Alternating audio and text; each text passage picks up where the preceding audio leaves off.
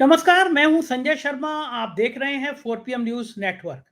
रोज बातचीत करता हूं अभय दुबे से। जाने माने पत्रकार हैं, एबीपी चैनल पे आप देखते रहते हैं। रोज उनसे बातचीत करता हूं और बड़े अलग अलग विषयों पे और बड़े रोचक तरीके से हम लोगों की बातचीत होती है। आज मैंने उनसे पूछा कि मैं कल भी कह रहा था कि जब बुरा वक्त चल रहा होता है तो ऊंट पर बैठे आदमी को भी कुत्ता काट लेता है। और मेरे ज्योतिषी हैं, जाने माने ज्योतिषी राजीव नारायण जी, उन्होंने कहा ही है कि मोदी जी के दिन खराब चल रहे हैं। तो वही हुआ, पार्लियामेंट के अंदर वक्फ बोर्ड का एक बिल ले आए। इरादा था कि मुसलमानों की चूड़ी टाइट करें, लेकिन सरकार की खुद चूड़ी टाइट हो गई। उनके सहयोगी दलों ने कह दिया, टीडीपी ने और जेडीयू ने, कि बिल का सपोर्ट तो कर दे रहे हैं लेकिन बिल पास नहीं होगा, सेलेक्ट कमेटी को भेज दीजिए आप। आपकी नाक भी बच जाएगी और हमारा मुसलमान वोटर पे असर भी नहीं पड़ेगा। लिहाजा पहला बिल, मोदी सरकार पार्ट 3 पहला बिल लेकर आई, वो सेलेक्ट कमेटी को भेज गया, चला गया, यानी ठंडे बस्ते में चला गया। सरकार की इससे ज्यादा बेइज्जती, इससे ज्यादा किरकिरी हो नहीं सकती कि पहला बिल ही चला गया। और कम से कम हमारे जैसे यूट्यूबर, जिनका गला घोटने की तैयारी कर रही थी सरकार, एक बिल ला रही थी ब्रॉडकास्ट का कि जिससे इन यूट्यूबरों की जवान बंद हो जाए, क्योंकि सरकार को लगता है कि बाकी सब तो हमने चमचे इकट्ठे कर लिए, लंबी लिस्ट है। सुधीर चौधरी से शुरू करेंगे, अंजना ओम कश्यप तक, रूपका लियाकत तक, देवगन और चोपड़ा तक, अंबानी के नफरत भरे चैनल होते हैं कि लंबी लिस्ट है जो सरकार की गुणगान करते हैं। लेकिन ये यूट्यूबर ऐसे हैं, ये 4PM ऐसा है जो सरकार की आंख में आंख डाल के सवाल कर रहा है, तो इन पर लगाम कैसे लगे। तो मुझे लगता है कि अब इस बिल पर भी खतरे के बादल मंडरा रहे हैं, क्योंकि नायडू और नीतीश कुमार कभी मीडिया का इस तरह अभिव्यक्ति की आजादी का हनन नहीं होने देंगे, ऐसा देश के लोगों को भरोसा है। फिर खुशखबरी आपसे कि हमने 4PM म्यूजिक लॉन्च किया था, जिसका लोगो आप बराबर में देख रहे हैं। इसका पहला गाना हम कोशिश करेंगे कि अगले 24 घंटे में आपको सुनाई पड़ जाए। 24 घंटे के अंदर पहला गाना।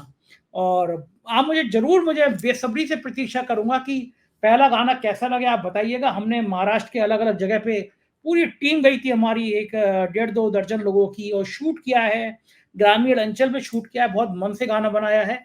हमारी कोशिश भी ये है कि 4PM म्यूजिक से हम ऐसे गरीब ग्रामीण प्रतिभाओं को आगे लाएं, उनको मंच दें। तो हम आपको 24 घंटे में वो गाना 4PM म्यूजिक पे आ जाएगा। तो आपने अगर 4PM म्यूजिक ज्वाइन नहीं किया तो प्लीज जरूर ज्वाइन कर लीजिएगा। पूरे देश से बहुत प्यार भरे संदेशे मिल रहे हैं। उद्भव ओझा देश के बहुत बड़े सिंगर हैं। अमिताभ बच्चन, शाहरुख खान की पिक्चरों के कई चर्चित गाने उन्होंने गाए हैं। उन्होंने मुझसे बहुत प्यार भरी शुभकामनाएं भेजी हैं। पहले मैं उनको सुनवाता हूं, फिर हम लोग अभय दुबे जी के पास चलेंगे। सुनिए क्या कहा है उद्भव ओझा जी ने 4PM म्यूजिक के लिए। नमस्कार दोस्तों, मेरा नाम उद्भव ओझा है और आप मुझे गायक और संगीतकार के तौर पे जानते हैं। इसीलिए आज जो मैं आपसे बात करने जा रहा हूं वो और भी खास हो जाती है। संजय शर्मा जी को मैं उन दिनों से जानता हूं जब उन्होंने यूट्यूब चैनल्स की दुनिया में कदम नहीं रखा था, और मेरे देखते ही देखते उनका जो चैनल है 4PM न्यूज आज 60 लाख सब्सक्राइबर्स पार करने जा रहा है ना? कमाल की बात। यही संजय शर्मा जी अब संगीत की दुनिया में भी कदम रखने जा रहे हैं और एक और नया चैनल लॉन्च कर रहे हैं जिसका नाम है 4PM म्यूजिक। यूं तो बहुत सारे चैनल्स यूट्यूब की दुनिया में हैं, आप लोगों ने भी देखे होंगे, सब है। लेकिन इस चैनल की सबसे खास बात यह है कि ये हिंदुस्तान के दूर दराज के टैलेंट्स को सर्च करके आप तक पहुंचाएगा। ये वो लोग हैं जो बहुत ही आम जिंदगी से आते हैं, जैसे कोई सुतार है, कोई बढ़ई है, कोई किसान है, कोई पेंटर है। आपने और हमने कई दफा अपने व्हाट्सएप पे ऐसे मैसेजेस देखे होंगे और ऐसे टैलेंट्स को देखा भी होगा, लेकिन इन टैलेंट्स को कोई प्लेटफॉर्म नहीं मिल पाता है। यही काम संजय भाई करने जा रहे हैं और इस काम के लिए मेरी तरफ से उनको और उनके चैनल को बहुत बहुत मुबारकबाद, साधुवाद, बेस्ट विशेष। और मैं दुआ करता हूं कि ये चैनल, इनके जो मेन चैनल है, उससे भी ज्यादा फले फूले, क्योंकि ये संगीत से संबंध रखता है। नमस्कार, जय हिंद। तो ये थे उद्भव ओझा जी। आपने सुना कि कितनी अच्छी बातें कही। चलते हैं अभय दुबे जी के पास। आपसे रिक्वेस्ट है कि इस चैनल को भी ज्वाइन कीजिएगा, 4PM म्यूजिक को भी, और अपनी राय से जरूर बताइएगा। चलते हैं अभय दुबे जी के पास। 4PM न्यूज नेटवर्क में बहुत बहुत स्वागत है अभय दुबे जी आपका। मुझे हंसी आ रही है, मैं कल ही आपके संग शो कर रहा था, तो मैं कह रहा था कि जब बुरा वक्त होता है तो ऊंट पर बैठे आदमी को भी कुत्ता काट लेता है। और मैं ये भी कह रहा था कि लगता है कि मोदी जी के दिन ग्रह कुछ खराब है। हमारे जोशी जो है राजीव जी, वो तो बता ही रहे हैं कि ग्रह खराब है, और हमने आज फिर देख लिया कल कि पक्का यकीन हो गया कि मुझे दिन ही खराब है, और पता नहीं ऐसे काम क्यों कर रहे हैं। वक्फ कमेटी को लेकर बड़ा लंबा चौड़ा बिल लेकर आए थे, गोदी मीडिया ने निरे शो कर डाले थे उसके ऊपर, और बड़ी तगड़ी बहस हुई। अखिलेश यादव में और अमित शाह में तकरार सी भी हो गई और बड़ी लंबी बहस हुई। और नतीजा ढाक के 3 पात, बिल गया ठंडे बस्ते में। 2 बातें मैं आपसे समझना चाहता हूं, क्योंकि आपका इतना बड़ा अनुभव है, आपने कई सरकारें बड़े करीब से देखी हैं, प्रधानमंत्री कार्यालय बड़े करीब से देखा है, सिस्टम आप जानते हैं, सिस्टम कैसे काम करता है। 2 बातें मैं आपसे जानना चाहता हूं। पहली बात, जब भारतीय जनता पार्टी सरकार को पता था कि ये बिल पास नहीं करा पाएगी, तो ये बिल लाई क्यों? दूसरा, क्या वो बिल पास करा पाने की स्थिति में थी? और अगर स्थिति में थी तो ऐसा ठंडे बस्ते में चला क्यों गया बिल? खेल क्या था इसके पीछे, आपको क्या लगता है? देखिए, जो 9 जून को इस सरकार ने शपथ ली, 9 जून को शपथ ली थी मेरे ख्याल से, 4 जून को नतीजे आए थे और उसके 5 दिन बाद सरकार ने शपथ ली थी। उसके बाद ये जो वक्फ वाला बिल लाई है सरकार, ये मेरे ख्याल से पहला लेजिस्लेटिव एक्ट था सरकार, फर्स्ट लेजिस्लेटिव एक्ट था। इसके बीच में कोई विधेयक वगैरह तो नहीं लाई सरकार अभी तक। तो चूंकि इसमें अल्पसंख्यकों वाला प्रश्न शामिल है, तो ये दोनों जो आप सरकार के बड़े सहयोगी हैं, तेलुगु देशम पार्टी और जनता दल यूनाइटेड, दोनों के लिए सवाल नाजुक था। इसमें सरकार का अंदाजा ये था कि वो किसी न किसी तरीके से इस बिल को पेश कर देती है, तो उसके बाद गेंद जनता दल यू और टीडीपी के पाले में होगी, उनको फैसला लेना पड़ेगा, उसके बाद बातचीत होगी और बातचीत में हम उनको मना लेंगे। ऐसा इनका अंदाज था। एक तरह से इसको वाटर टेस्ट करना कहते हैं, मतलब कि आप एक रिंग में आप अपना दांव फेंक दें, मतलब जो है, और फिर देखते हैं कि ये दांव कामयाब होता है कि नहीं होता है। लेकिन वो ये भूल गए कि चंद्रबाबू नायडू खास तौर से, और नीतीश कुमार भी कम नहीं है इस मामले में, वो काफी हार्ड बार्गेनर है, वो बहुत जम के सौदेबाजी करते हैं। उनको हर काम करने से पहले उनको चाहिए कि हमें इसका क्या फायदा नुकसान होगा। वो आसान व्यक्ति नहीं है चंद्रबाबू नायडू। ऊपर से वो नरेंद्र मोदी को कितनी भी मालाएं पहनाते रहें, कितने भी पटके पहनाते रहें, कितनी उनकी प्रशंसा करते रहें, इसका मतलब ये नहीं है कि वो नरेंद्र मोदी की राजनीतिक गोटी लाल करने के लिए राजनीति कर रहे हैं। वो अपनी राजनीतिक गोटी लाल करने के लिए राजनीति कर रहे हैं, मोदी की गोटी राजनीति लाल करने के लिए नहीं कर रहे हैं। तो उसके बाद अब हमारे पास, चूंकि मीडिया तो एक तरह से सरकार के पंजे में है, तो पूरी बात ठीक से बताता नहीं है। जो बात छन के आ रही है वो ये आ रही है कि तेलुगु देशम की तरफ से ये कहा गया कि वो इस बिल का विरोध कर सकती है, बशर्ते सरकार के साथ उन्होंने एक समझदारी कायम की कि हम इस बिल का समर्थन कर देंगे, लेकिन हमारे समर्थन करने के बाद आप इसको पास नहीं कराएंगे, बल्कि इसको सिलेक्ट कमेटी को भेज देंगे। यानी सरकार को शर्मिंदगी भी नहीं उठानी पड़ेगी। अगर तेलुगु देशम विरोध कर देते तो सरकार को शर्मिंदगी उठानी पड़ती, शर्मिंदगी भी उठानी पड़ेगी और बिल भी पास नहीं होगा, सांप भी नहीं मरेगा और लाठी भी नहीं टूटेगी। लेकिन जो सरकार का जो दृष्टिकोण था, यानी सरकार का जो इरादा था इसके पीछे, वो इरादा भी कामयाब नहीं होगा। तो ये पूरी घटना इस तरीके से चली है, इसको इसके पूरे नाजुक पहलुओं के परिप्रेक्ष्य में इसको समझना होगा इस घटना को। क्या आपको लगता है कि टीडीपी ने अगर प्रत्यक्ष समर्थन किया, भले उन्होंने कह दिया हो कि आप इसको सिलेक्ट कमेटी को भेज दीजिए, लेकिन अगर वक्फ बोर्ड पे अगर टीडीपी खड़ी नजर आती है, पहले तौर पर तो आंध्र में मुसलमान आंखें बंद करके भरोसा करते हैं नायडू पे, और वो मुसलमानों को आरक्षण जैसी बात भी करते हैं, देते भी हैं वहां पे, तो क्या घोषणा पत्र है, घोषणा पत्र में उनको तो वो क्या फर्क नहीं पड़ेगा उनको कि भाई मुसलमानों को तो लगेगा कि ये तो बीजेपी खेमे में चले गए। बिल्कुल, तो ये बिल्कुल यही बात आप जो कह रहे हैं, मैं समझ रहा हूं आप क्या कह रहे हैं। उसमें मतलब ही ये था कि टीडीपी इस बिल को पास कराने में पार्टी नहीं बन सकती थी। टीडीपी एक ऐसे दल के रूप में नहीं दिखना चाहती आंध्र प्रदेश के मुसलमानों के लिए या सारे देश के मुसलमानों के लिए, जो इस बिल के पास कराने में सरकार के साथ खड़ी हो। लेकिन टीडीपी को सरकार में भी रहना है, फायदे भी रहने हैं। टीडीपी अभी सरकार को तोड़ने के या उसको छोड़ के जाने की स्थिति में नहीं है, उसकी रणनीति में नहीं फिट होती बात ये। तो सरकार में भी रहना है और भाजपा को भी टीडीपी को सरकार में रखना है। इसलिए ये बीच का रास्ता निकाला गया कि टीडीपी इस बिल का समर्थन भी कर देगी, लेकिन इसको सेलेक्ट कमेटी में भी भेज दिया जाएगा। यानी ये एक बीच का रास्ता निकाला गया है। इससे बिल ठंडे बस्ते में चला जाएगा, जो आपने अभी जो शब्द इस्तेमाल किए ठीक इस्तेमाल किए, और टीडीपी को भी इस इल्जाम का सामना नहीं करना पड़ेगा कि ये बिल पास कराने में उसने समर्थन दिया। एक कहावत कही जाती है कि जब चावल पक रहा हो तो एक चावल उठा के देख लो तो अंदाजा लग जाता है कि चावल पका या नहीं पका है। तो क्या मोदी सरकार इस विधेयक के ज़रिए वो चावल देखना चाहती थी कि टीडीपी, जेडीयू किस सीमा तक जाएँगी? जो ब्रॉडकास्ट का एक बिल लाने की प्लानिंग थी कि यूट्यूबर्स की लगाम लगाई जा सके, क्योंकि यूट्यूबर्स की एक बड़ी भूमिका रही है और जो सर्वे आया था उसमें ये आया था कि 29% लोग ऐसे थे जिन्होंने यूट्यूब देखकर, क्योंकि गोदी मीडिया तो एक तरफा राग छेड़ रहा था, साहेब से अच्छा कोई आदमी दुनिया में नहीं है, वो तो भगवान विष्णु के अवतार हैं। लेकिन यूट्यूबर्स ने सच्चाई सामने लगी थी, तो एक सर्वे आया था कि 29% लोग ऐसे थे जिन्होंने यूट्यूब की बातें सुन के, यूट्यूबर्स की बातें सुन के, 4PM जैसे चैनल की बातें सुन के मन बदला, मोदी जी को वोट नहीं दिया। तो यूट्यूबर्स पे लगाम लगाने के लिए एक बड़ा साजिश की जा रही थी कि एक बिल ले आओ, इन सबके गले दबा दो। तो ये शायद चावल चेक करने की बात थी कि ये बिल पास कर पाएंगे या नहीं कर पाएंगे, और पहली चीजें फ्लॉप हो गए, ऐसा लगता है आपको? देखिए, आपने जो बात कही है, अगर आप इसका संबंध जो ब्रॉडकास्ट बिल आने की संभावनाएं हैं, इसके ऊपर आपने भी एक बहुत अच्छा कार्यक्रम किया था, मैंने आपका कार्यक्रम पूरा सुना भी था, और रवीश कुमार ने भी अच्छा कार्यक्रम किया है उस पे, अभिसार शर्मा ने भी बहुत अच्छा कार्यक्रम किया था उसके ऊपर। तो आपने इसको दोनों को जोड़ा है, आप इन दोनों को जोड़ रहे हैं। आप ये कहना चाहते हैं कि इस बिल को, दरअसल ये बिल उस बिल का लिटमस टेस्ट है कि वो बिल पास हो पाएगा कि नहीं हो पाएगा। तो अगर ये सही, अगर आपकी बात ये है, ये उस बिल का लिटमस टेस्ट है, तब तो फिर आप समझ लीजिए कि वो बिल पास नहीं हो पाएगा, क्योंकि उस बिल को पास करना, उस बिल को पास पेश करने से पहले सरकार ये सुनिश्चित करना चाहेगी कि इसको जनता दल यूनाइटेड और तेलुगु देशम पार्टी का पूरा समर्थन प्राप्त हो। मेरा तो मानना यह है कि उस बिल को इस जनता दल यूनाइटेड का भी समर्थन नहीं प्राप्त होगा काफी, क्योंकि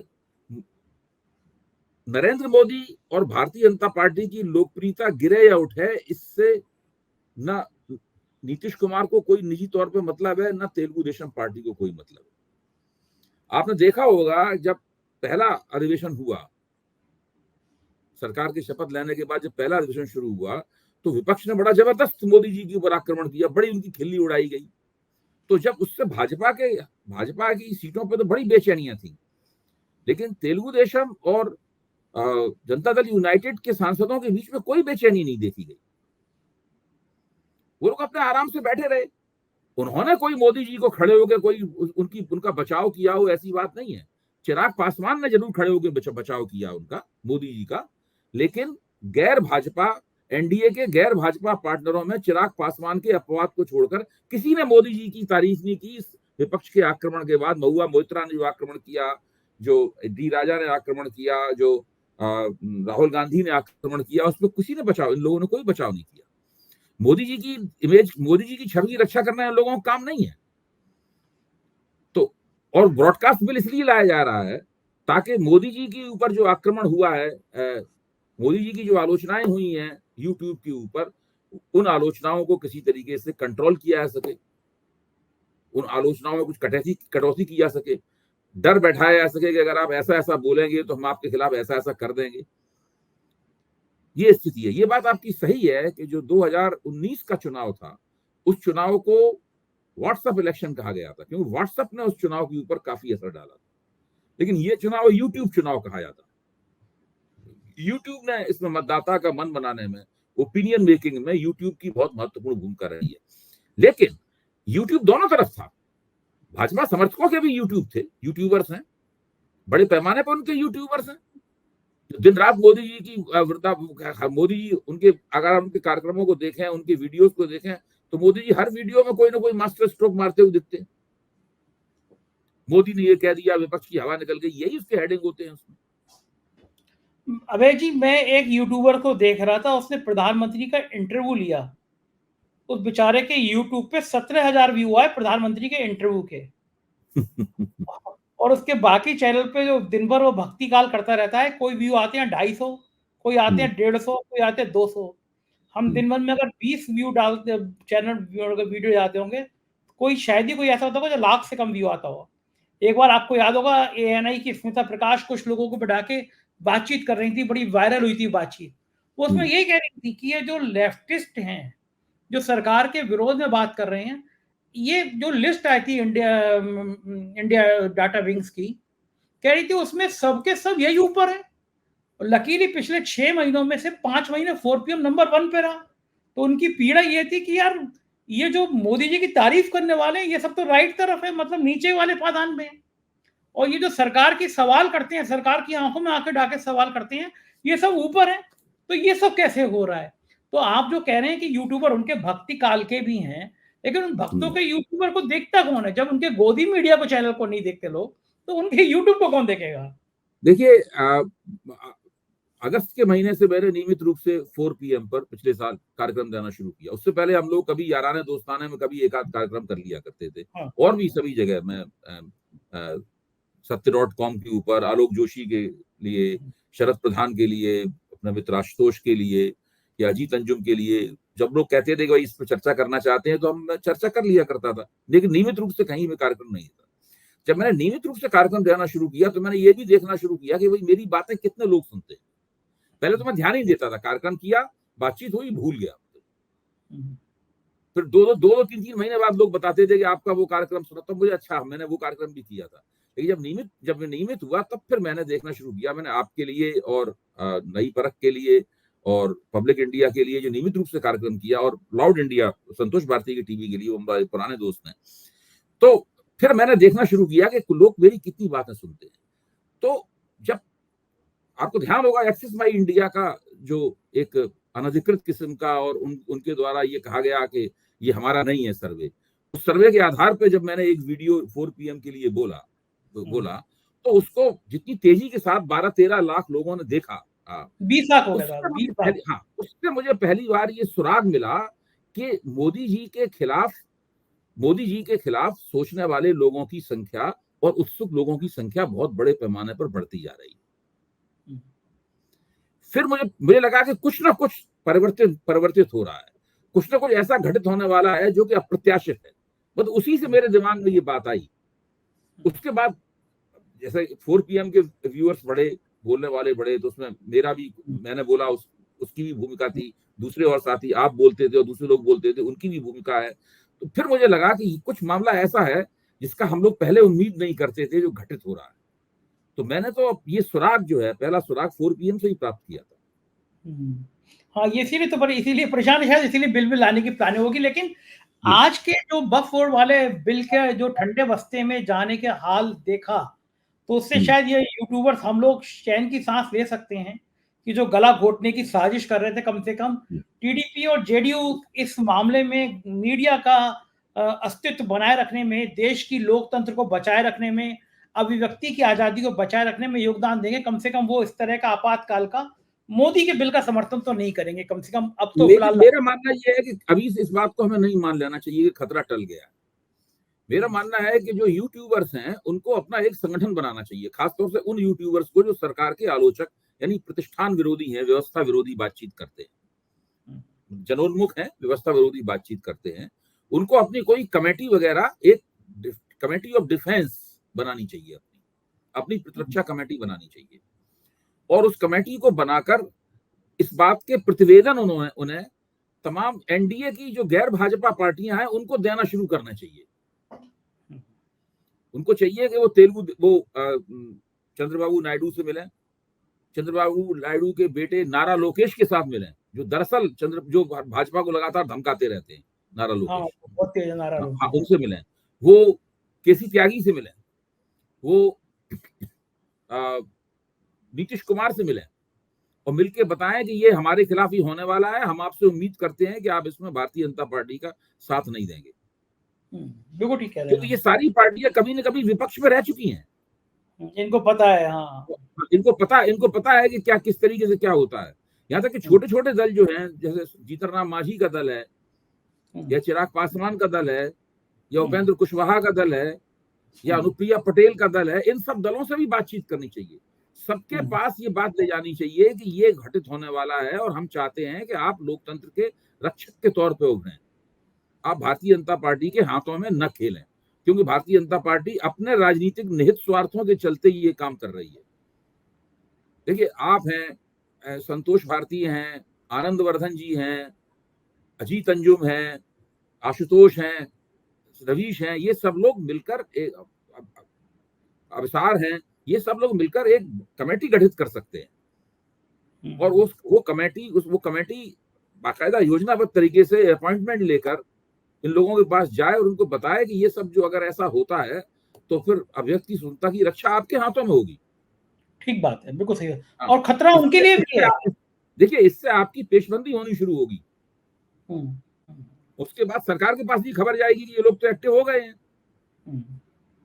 तो इस चीज का असर दूसरे तरह का होगा। बिल्कुल ठीक कह रहे हैं, बिल्कुल सही सजाव। और दूसरा खतरा उन लोगों के लिए भी है। और कहा नहीं, कांग्रेसियों से मिले, राहुल गांधी से मिले, कहें कि भाई देखिए राहुल गांधी ने तो चुनावी मुहिम चल रही थी तो बुला के आप लोगों से बातचीत की भी थी उन्होंने, तो उनसे मिला कि भाई ये सब होने वाला है और ये अगर होगा तो फिर हम प्रतिरोध की आवाज, विपक्ष की आवाज कैसे उठाएंगे। बिल्कुल ठीक। और दूसरी बात ये, मीडिया पे तो लोगों ने कब्जा कर ही रखा है, अगर इसके ऊपर भी उन्होंने कब्जा कर लिया कानून के जरिए तो क्या लोकतंत्र क्या रह जाएगा। देखो ठीक बात है। दूसरी बात यह है कि जो छोटे दल हैं, सहयोगी दल हैं, खतरा उनके लिए भी है, क्योंकि कब उनका नंबर किस रूप में मोदी जी गला दबा देंगे इसको कह नहीं सकते। तो उनकी बात करने वाला सारे दल बड़ी तत्परता से इस बात को समझेंगे। देखो ठीक बात है। ये नहीं कह सकते कोई अभी जैसा कोई बिल आ नहीं रहा है, आप अभी से कहना शुरू कर दिया आपने, नहीं, हम पहले से बता रहे हैं ये सब होने वाला है। हो सकता है भविष्य में। ठीक बात कह रहे हैं आप, क्यों बात कर रहे हैं। इसीलिए राज्यसभा की तैयारी की जा रही है। एक एमपी का इस्तीफा करा दिया राज्यसभा में। बाकी मेरे को पास सूचना मिली है कि बाकी जगन के और नवीन पटनायक के राज्यसभा के सदस्यों के इस्तीफा दिला के राज्यसभा में सदस्य संख्या पूरी की जा रही है कि बिल राज्यसभा में बहुमत हो जाए, वहां ना अटके। ये रणनीति तो पूरी बन रही है। अबे जी, मैं दूसरी बात पे आऊंगा। बांग्लादेश का मुद्दा अभी तक हल नहीं हो रहा। शेख हसीना यहाँ रहेंगी, शेख हसीना कहाँ जाएंगी? मोदी जी को तो लग रहा होगा कि एक पिक्चर आई थी, अतिथि कब जाओगे, तो मोदी जी उस पिक्चर को याद हो रहे होंगे कि अतिथि कब जाएंगी। बांग्लादेश में भविष्य नजर आ रहा है कि शेख हसीना की राजनीति वहां खत्म हो गई। अब शेख हसीना भारत में है तो बांग्लादेश की जो सरकार आएगी वो कभी नहीं चाहेगी। कल सुप्रीम कोर्ट के बार एसोसिएशन ने प्रस्ताव पास करके किया कि भारत को तत्काल वापस करना चाहिए शेख हसीना को। तो गले में अटक गई है शेख हसीना। भारत सरकार के पास और भी ज्यादा फंसने वाली है। उसका कारण है कि जो काम चलाऊ सरकार बनी है, अंतरिम सरकार बनी है, उसके मुखिया प्रोफेसर मोहम्मद यूनुस हैं। ये मोहम्मद यूनुस कौन है? इनको नोबेल प्राइज मिला था क्योंकि उन्होंने बांग्लादेश के अंदर माइक्रो क्रेडिट यानी सूक्ष्म ऋण देकर गरीबों की मदद के कार्यक्रम चलाए थे। इस बीच में भारत सरकार के साथ में, जब से इन्हें नोबेल प्राइज मिला है, भारत 84 साल के हैं, भारत सरकार के साथ लगातार इनकी बातचीत होती रही अपने पिछले कई साल में, लेकिन सारी बातचीत इनकी माइक्रो क्रेडिट के बारे में होती थी, राजनीतिक बातचीत नहीं होती थी। जिस दिन शेख हसीना ढाका से भागी हैं उसके 3 दिन पहले उनका इंडियन एक्सप्रेस में इंटरव्यू प्रकाशित हुआ था, जिसमें उन्होंने साफ तौर पर कहा था कि बांग्लादेश में जो कुछ हो रहा है, भारत उसको बांग्लादेश का आंतरिक मामला कह रहा है, इस बात पे उन्हें बहुत दुख है। तो पत्रकार ने पूछा कि आप भारत सरकार से ने बात आपने नहीं कही है? उन्होंने कि मेरी तो उनसे बातचीत इस तकनीकी मसलों के ऊपर होती है, अच्छा होता कि मैंने कुछ राजनीतिक बातचीत भी की होती। उस वक्त ना मोहम्मद यूनुस को पता था, ना भारत सरकार को पता था, ना हमें और आपको पता था कि वही बांग्लादेश के अगले अंतरिम प्रधानमंत्री बनने वाले।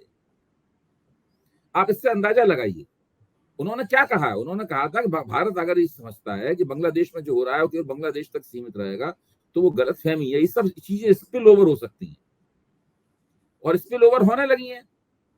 भाई अब तो कहा जा रहा है कि रोज करीब 165 या 200 हिंदू जो हैं वो बांग्लादेश से भारत में आ रहे हैं, तो अब वो शरणार्थियों की संख्या यहाँ पे बढ़नी शुरू हो जाएगी। आज तक तो एक भी बांग्लादेशी हिंदू को भारतीय नहीं करार दिया गया। यहाँ पर पूरी सीमा पूरी बांग्लादेशी हिंदुओं से भरी पड़ी है। कितनी अमानवीय स्थितियों में पिछले 40-45 साल से वो लोग वहां पर रह रहे हैं।